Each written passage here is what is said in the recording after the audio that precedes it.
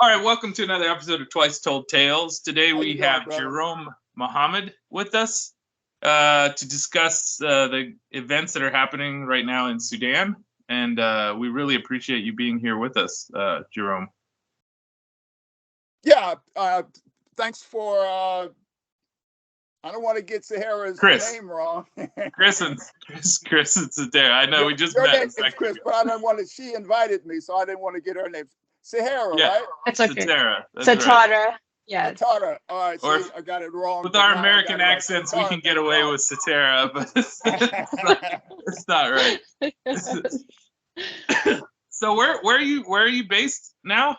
I'm in Philadelphia, Pennsylvania. All right, I'm in Atlanta. Right outside of Philadelphia, Pennsylvania. Yeah. So to explain why you know about Sudan is your wife is Sudanese, so you have a. I married 2 years ago. Satara was supposed to come to the wedding.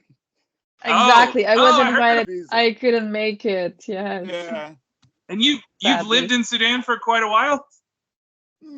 I've been to Sudan going back to the late 1990s, quite a few times. You know, doing fact finding, met with Hassan Tarabi, met with Bashir. You know, they had a big celebration in his home village. So we traveled to the home village. It was a group of us journalists that were traveling across Sudan, you know, Darfur, etc. Right. You know, seeing the lay of the land and what was going on, so we could, you know, it was journalists, print, TV, you know, and radio, and then we broadcast back to the U.S.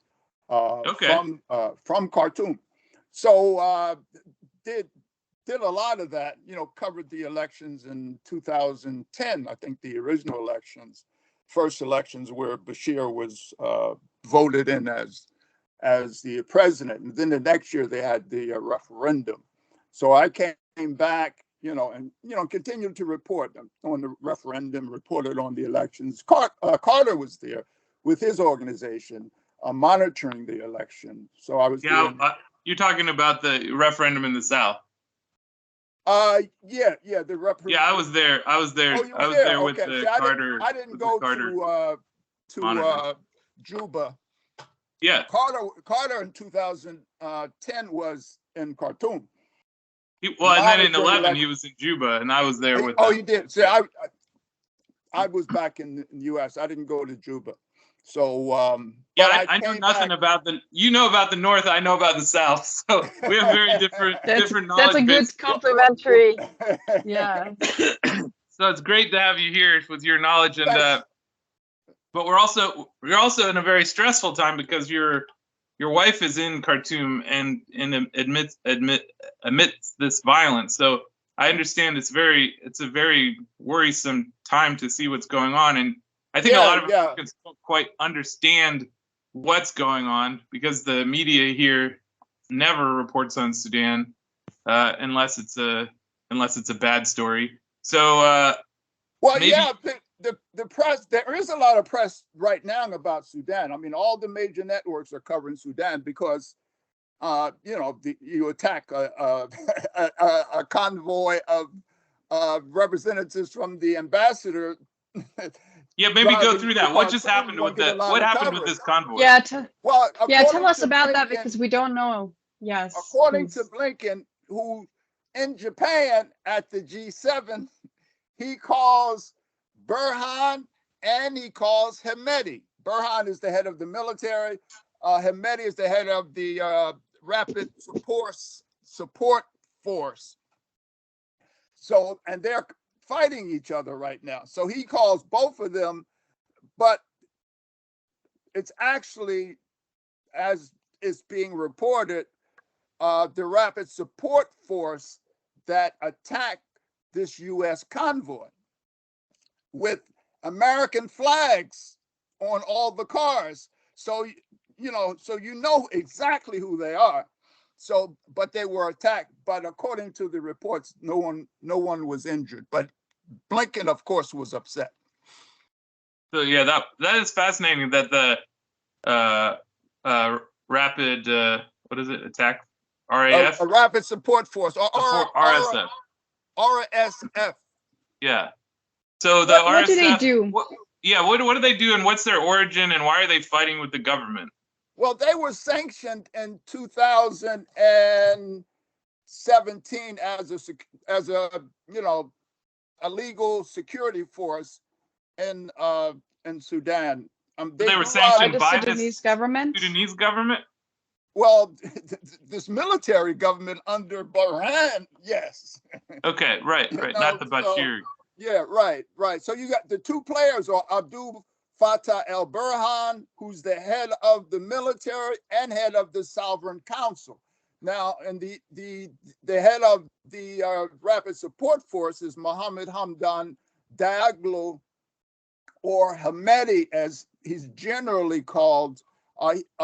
He's, of course, the head of the RSF, or the Rapid Support Force. And this grew out of Darfur, where this militia group was called some years ago Janjaweed, and they were created as a kind of alternative force, personal force for Bashir. And they were fighting in the Darfur area. And fast forward to 2019, they joined forces. After becoming legitimate in 2017, they joined forces with the military and overthrew Bashir. So now you have these two forces who are currently fighting one another for power. What Burhan wanted to do, he wanted to integrate the Rapid Support Force into the military and make it one military. Now, these aren't cats that are militarily trained. I mean, they're basically thugs. I mean, even Hermeti doesn't have military training. But what my wife recently told me was, and I found out from one of my friends who was a colonel in the Sudanese army. He joined, because the financial situation is such in Sudan, where employment is hard to come by, and they're having some serious economic problems there in the country. So a lot of these former members of the Sudanese government or Sudanese military are joining the RSF. And one of my friends, Ahmed Omar, recently joined this militia group. And sorry to say, he, in the last few days, he lost his leg, and he's in hospital under severe security. I don't know exactly what the circumstances are, but he's leading these RFS cats, who are fighting the legitimate military. So he was a colonel. He was a colonel in the Sudanese army, right? Right. And he was forced out because he didn't agree with some of the policies. When they invaded that camp that I mentioned in 2019, he was there representing the military as a colonel. And he didn't agree with some of the policies in terms of uprooting those protesters. And so he supported them and got on their side against his own military. And that was during the coup, during the Bashir coup, a coup against Bashir, right? Now, this wasn't a coup. This was just a demonstration. Right. The coup was by the military. The coup was by... It was allied with that movement. This was all going on at the same time. Yeah. So is this current RSF agitation against the Sudanese coup government, is it because they're doing it on behalf of what they view as the legitimate government of Sudan, and they want to get rid of this coup government and reinstall the Bashir-aligned forces? Is that what we're looking at? I'm not 100% sure. Okay. All I know is Hamedi is fighting for his life, for his legitimacy and to maintain the RSF. But he views his RSF as allied in spirit with the Bashir government that was like unjustly toppled. No, remember they overthrew the Bashir government. Bashir was locked up, and he's still under lockdown. The government, the ICC wants to, prosecute him, but for some reason, I'm not sure, Burhan is holding on to Bashir. What's going to happen in the future, I really don't know. Maybe he took kids from Juba to teach them music classes in Sudan, like they're trying to prosecute Putin for the ICC. I have no idea. We never know. The ICC is not to be trusted, especially when it involves African leaders. So yeah, well, I'm in agreement, but I'm just saying he was indicted by the ICC, and the government said that they were going to hand him over, but at some point they decided not to. So where he is, I know he was in jail, I know he was in hospital, but I think he's under house arrest. So I know he has some leeway. He's not in the security prison where he originally was. He was let go, and I think he was put under house arrest. If he's still there or not, I'm not, because I know he had some health issues, so I'm not sure where he is. Well, so let me just propose a hypothetical so I can understand how you understand the power dynamic. Let's say the RSF stumbled upon Bashir's prison and got him out. What would they do with him? Would they cheer and run, cheer that they have their leader back, or would they kill him? No. So you have Fatah, you have Burhan, and you have Hamedi. They had joined forces. You had this. Yeah. Right? Right, okay. So they were in league with each other. They created this sovereign council. Burhan was the head of the sovereign council. Hamedi was the deputy head of the sovereign council. So you have this one group. What was supposed to take place was a transitional government headed by the military, and then, elections would take place in over a 2-year period. That never took place. Okay. So what we're seeing is a fraction of the council that was supposed to lead to a transitional government, and all of these parties basically are anti-Bashir parties to some level. So they're now squabbling over who's going to control the pie. They have Bashir in prison, and then you have the Sudanese army, and then this breakaway group that came out of Darfur, the RSF, and they're now basically having a turf war over who may lead to greater control. It was a breakdown of this group. Really, what it is, they're vying for power. Yeah. Okay. Hamedi wants to stay in power. He wants to maintain his RSF, his Rapid Support Force. He wants them, and he has much wealth, and he wants to maintain that, and sure. Then you have, I'm getting calls from Sudan. All right, take it. Go ahead and take it.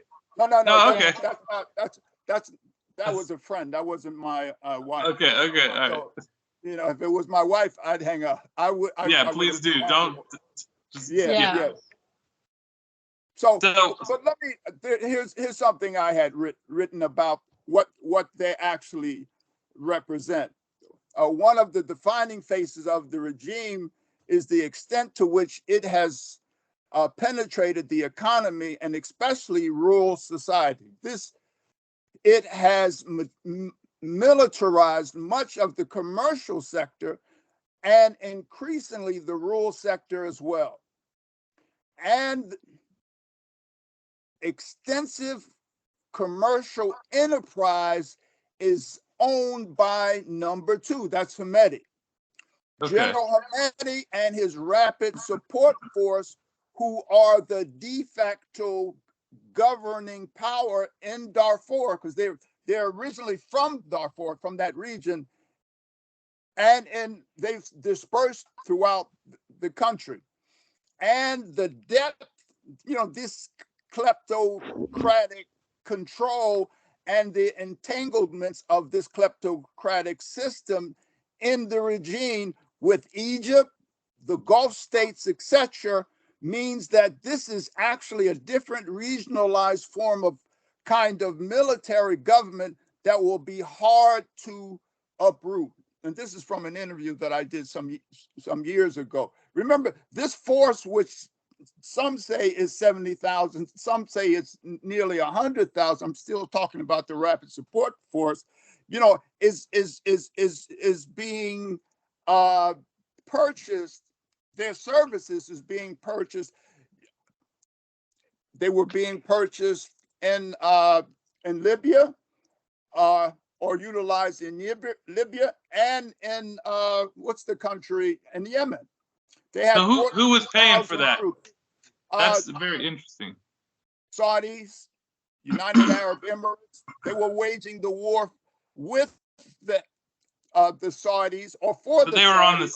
on the side of the U.S. The U.S. is Saudi side. Allies. So that's where I would worry about this in Sudan. Is this sounds like whenever there's a breakup of power like this, it can be easily used by stronger forces to put their wishes, to have their wishes carried out. The problem is you're not going to. Give me your question again. So basically, I just want to know where the geopolitics of this fight are going to go, because Sudan has a lot of oil. It's very geopolitically important. Well, Israel has had a bullseye on Khartoum for decades, and that's part of why there was the referendum, because the referendum, the southern forces were allied with Israel and the U.S. and were funded, and that's why eventually you had this referendum project, because it was George Bush and Israel that made that thing happen. So, right. Yeah. So, but remember, the referendum was to divide the country, and on the southern side of Sudan got all the oil. That's where the oil is located. Yeah. Well, yeah. The north had infrastructure. Right. It had the pipeline, and it had the coast. So there's still some oil, but it's also strategic in how it can pressure Egypt. I know it's strategic, but you were asking about the oil. And I'm just saying, resource-wise, there's a lot of foreigners who want to come in there and manipulate Khartoum. They want to manipulate the shipping routes. So, like, so like you're talking about, like ports. Sure, all that, where the Russians want to build a military base or a naval base. Sure, the U.S. wants to prevent that at all costs, so they're going to try and get the government on their side. Yeah. And then the other thing is with the Ethiopians and the building of the dam, which is just about completed. Right. So if Sudan is disrupted, then you have all these outside forces that are affected by this disruption. Right.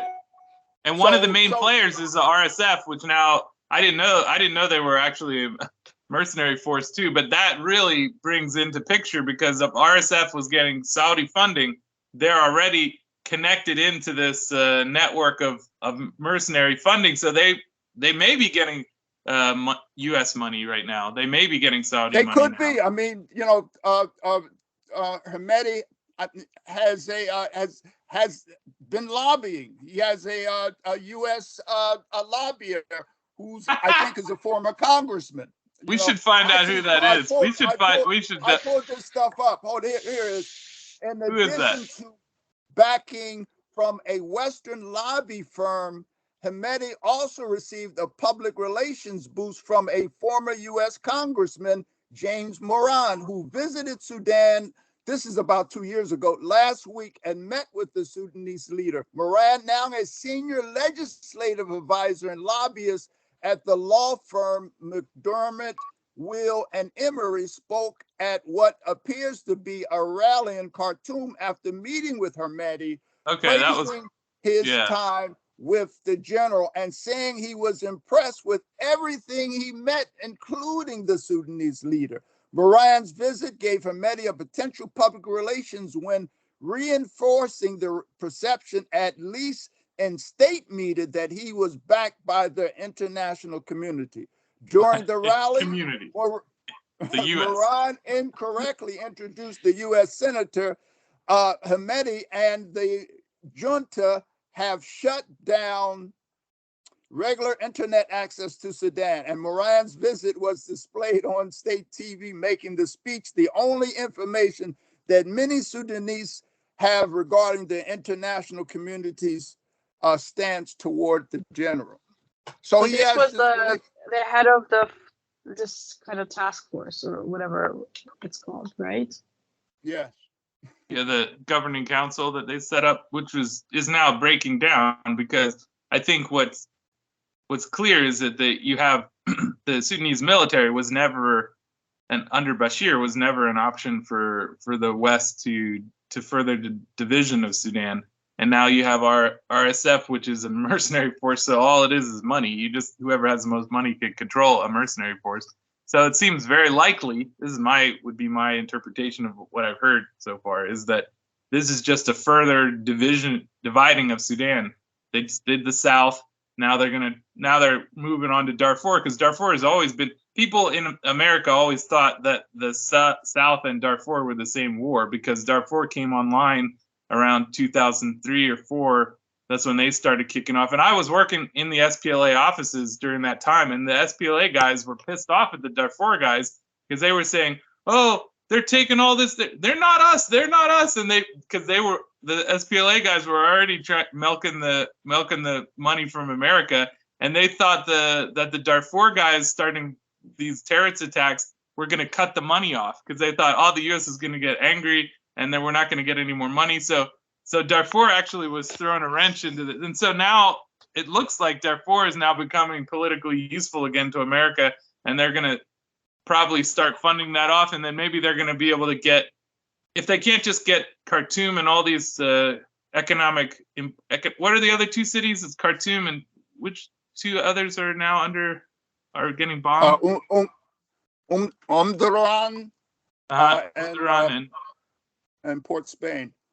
Oh wow, the port. Oh wow. So yeah, those are all the. Some others. Moreau is also getting bombed, and there's a conflict going on there. But most of what's going on currently, there's no real outside influence in terms of what's happening currently. You have these two factions. You have the military, the legitimate military under Burhan, and then you have the RSF under Hemedti, and they're fighting each other. Right, but I'm saying the sources of funding, the whatever, because in the South it was the same. Like they had their leadership, and it looked like a genuine rebel movement, but it was always having arms flights coming in, and it was always coming from the outside, and they were making sure that their guys were. So it was like you have this air of like, African, whatever, uncontrolled violence between warlords. But in reality, there are people betting up from above and putting money into one side. So I'm not saying that happening or have any evidence, but it sounds very likely that the way. Yeah, but I'd rather deal with what's happening here on the ground. What my wife is suffering as a result of. Tell us about that. My friends and other family members are suffering as a result of is the RSF going door to door in people's homes, arresting people, raping women, stealing cars, robbing people. I mean, it's chaos right there in Khartoum, where my family members are being subjected to this militia group, and there's no one, not even Burhan, that can, he's trying to stop it, but he's a part of the problem. So what comes out of this, I have no idea. Even my friends in Khartoum, who I've been listening to all morning, they have no idea in terms of where this is going until these two players, you know, head of the military and the head of the RSF, are uprooted. You know, Wow. the civilian participants in this freedom movement, you know, are nowhere to be found right now. They're not a real voice to be heard right now until these cats are uprooted. Well, from what you hear, do you hear anyone calling for how that could happen? Like, do you hear any people like saying that this is the solution to this problem? Nobody knows. Nobody that I've talked to actually knows. They feel as though that it just will have to play itself out. How that happens, I have no idea. You know, that sounds I know terrible. From what I was told this morning, that Burhan has the upper hand. I mean, he has the military. He has trained military personnel. Most of Hemedi's troops are not trained. I mean, you see what they're doing in Sudan or what they're doing in Khartoum. You know, I mean, invading people's houses. You know, I mean, an interesting thing that I was told by my friend who's the journalist who I mentioned is, with this wealth that Hemedi has accumulated from gold, he has bought up houses throughout Sudan. I mean, he's bought up real estate. In some cases, he's bought whole blocks of homes and put his own people. So to uproot him will be hard. I mean, he does have bases in some places, but two of them I've heard have surrendered. But he still has people all over the country, and to uproot them, you know, you have to go to door, and in many cases, many civilians will die. Yeah, that sounds likely. At the last estimate, over 200 people were killed, and roughly 2,000 people have been wounded. So the casualties are increasing daily, and people are saying this is going to escalate. I talked to a good friend of mine, Muhammad. I can't think of Muhammad's last name, but he owns an English language newspaper. He said that he feels as though civil war is inevitable. Yeah, that's why I reacted to what you just said, because it sounds very much like the airport is destroyed, so people can't fly in. It's not like you can bring in troops from other countries. If the AU decided to come in and to kind of arrest the situation, this almost impossible. I mean, Somali ambassador said today, I think, that he's going to, there are a bunch of Somali students in Khartoum, and they want out. So they're talking about hiring buses to take them to the Ethiopian border, into Ethiopia. So, I mean, everything's in flux right now, so nobody knows what the next move is. And most people are locked down in their homes. And remember, there's no electricity. In many cases, there's no running water. The shelves in the stores are empty. So there's no food, and there's no way for food and water to get into the city because of the conflict that's going on. And then my brother-in-law told me there are these what do they call it when you have troops on the street and you can't drive by them, like roadblocks. Like roadblocks. So you have to go through, so people don't want to go out because they're scared that they may be arrested or shot. So that's really so unfortunate. I don't think Americans understand how peaceful and safe Khartoum was as a city before this. Like it was a very quiet city. It wasn't. Oh yeah, I've lived in Sudan.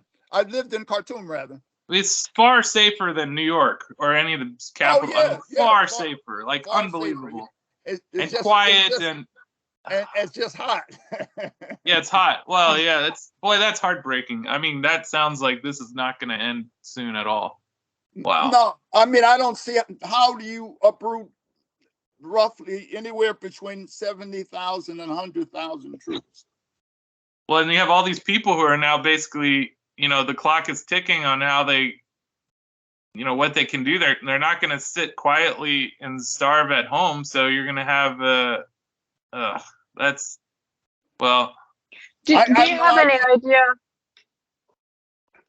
Or have you heard from your friends in Sudan? Like, what is the general feeling? What do people think is going to happen, or what are they expecting to happen? Are they also thinking that a civil war is going to? Everyone, most people I've talked to said civil war seems to be inevitable. You know, I mean, they hear. I mean, today, or it was yesterday, Hemedti called for a 24-hour truce. You know, that which is an impossibility, you know, calling for a truce.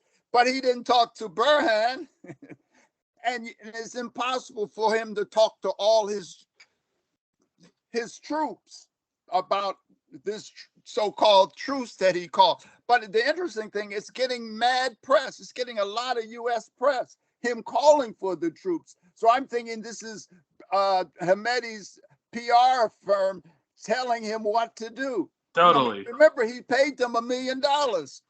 Totally. Yeah, Wow. totally. Yeah. So he's getting a lot of press. I mean, he's being interviewed. He was interviewed on CNN. I was like, how does he get to be interviewed on CNN? Wow. That's the question. You asked the exact question. That is the question. You know, when you see CNN covering something, that is a major red flag. Why would they? I mean, this is the bad guy. This is a serious bad guy. Well, and they're interviewing him as though he's legit.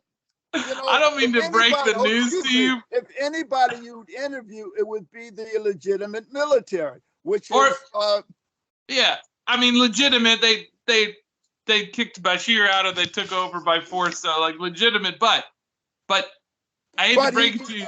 But Burham is running the country. I know. That's what I'm saying. He's running the country. Exactly. But so that would be the person that you would interview. I mean, just like Sisi, you don't go to anybody other than Sisi. I mean, Sisi ain't legitimate. I mean, Sisi came in and overthrew the legitimately led government. So I know. But he's legitimate in that sense. You know. Well, also, if you're a journalist, if you're a CNN journalist and you fly to Khartoum, who do you apply to for press credentials? Press credentials. You don't apply to the rebel army that's storming into town and robbing and killing people. You apply to the government, so you already can ask that guy because you know a press contact already. And so they skipped that and they went right to the rebel army. So that tells you where the U.S.'s alliances fall right away when you know that CNN is interviewing the rebel leader before the government. So he wasn't called the rebel leader. He was the deputy chair of the government. But they had a disagreement because I was going to integrate my troops into the military, you know, so you can nullify me as a legitimate leader in Sudan. You've taken away my power. And he disagreed. And then conflict erupted. Yeah, I think anyone coming out of the Janjaweed is probably never going to be official government material because they were brutal. He was a camel herder. He was a camel herder before that. Yeah, camel herders, but the Janjaweed are just known for their civilian brutality. That's what he came out of, and then they became the Rapid Support Force. Right, because they were in Darfur. A lot of people don't get that conflict. That was a conflict between people who were herders and who were migratory herding people, and then the pastoralists, the people who were growing crops. And the Janjaweed were the herder group, and they were really brutal. They would just go into these farming communities and just rape and pillage and kill. And so that's the force now that has been doctored and funded and gone international, doing their same slaughtering in Libya and Yemen. And now they're sitting there in the capital of Khartoum, and then CNN decides to interview them. So that tells you a lot. Exactly. True that, as my son would say. Wow, man, that's heavy stuff. Well, we're gonna have to keep following this story very closely. Yeah, is there anything else you want to tell people, or can we? Yeah. Was there any other questions? yeah, any questions? For us, I think you've shed a lot of light on it, just giving us your anecdotes. Yeah, we learned about it because I personally have no information and no idea what's going on there, and that was very insightful. But if there's anything you want to add, you can add, and I'll just tag your Twitter so people can follow you for more updates on what's going on here. And I hope what I'll probably do is, because I have a lot of background information, because I did write about Hamedi and where all of his money comes from. His gold interest, his interest in the Sudanese economy, the money that he garnered as a result of sending troops to Yemen and Libya, his relationship with the Arab world, his relationship with this lobbying group, who were former congressmen, and then this law group that came out of Canada. So he has all these relationships that have been growing since, he's come into power in the last couple of years. So Burhan, head of the military, where he's planning on going with this, but I'm thinking, because he said 2 years out, there'll be civilian elections, but I'm thinking he wants that position. He wants to be president. So he'll clean himself up or his objective was to clean himself up and to become president. But I think the flack that he's getting and the flack that Burhan Hamedi is getting from this conflict where everybody is suffering, I think both of them are out. But then again, I don't know, because you don't know what the outside forces are thinking as well. Exactly. So, that's where if you hear anything about that, if you hear any interesting anecdotes about foreign involvement of anything, I mean, I think the fact that they attacked a U.S. convoy, it doesn't really tell us much, because if nobody was killed, then it could have even been cover for something. So who knows? But it's an interesting. Remember, these are thugs. These aren't guys that. Yeah. Remember, they're stealing cars. Yeah, I know. Yeah, so they're just attacking anyone. They're robbing people on the street. Right. They're breaking into people's homes and robbing people. They're raping women. So these aren't military. These are guys that are for pay, because they're paid by Hamedi. Who will become members of his group. But their bonuses is what they can steal and rape. That's what they did in Darfur. Yeah. That's what they did in 2019. That's what they've always done. That's exactly. What they did in Darfur. Yep. That's their model. Has changed, and there's no training that they've received, and that's partially probably why Burhan wants to integrate them into the military, so that they can receive the military training, as well as get rid of their head, Hamedi.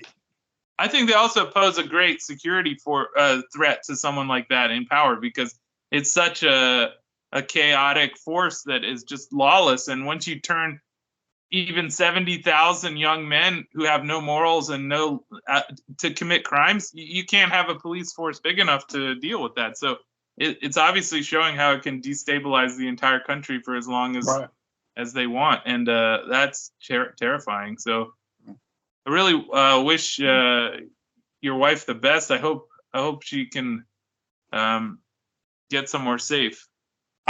We all are praying, and she's in my du'as, of course. So right after I hang up with you guys, of course, I'm gonna call my brother-in-law, see if he's heard. All right, well, we'll let you do that then. Yeah. Thanks a lot for talking to us. And let us know how she's doing. I hope she will hear from her very soon. Yeah, keep us updated on that, and also on anything that happens in Sudan. If there is anything that you want to share with us, please do. And okay, yeah.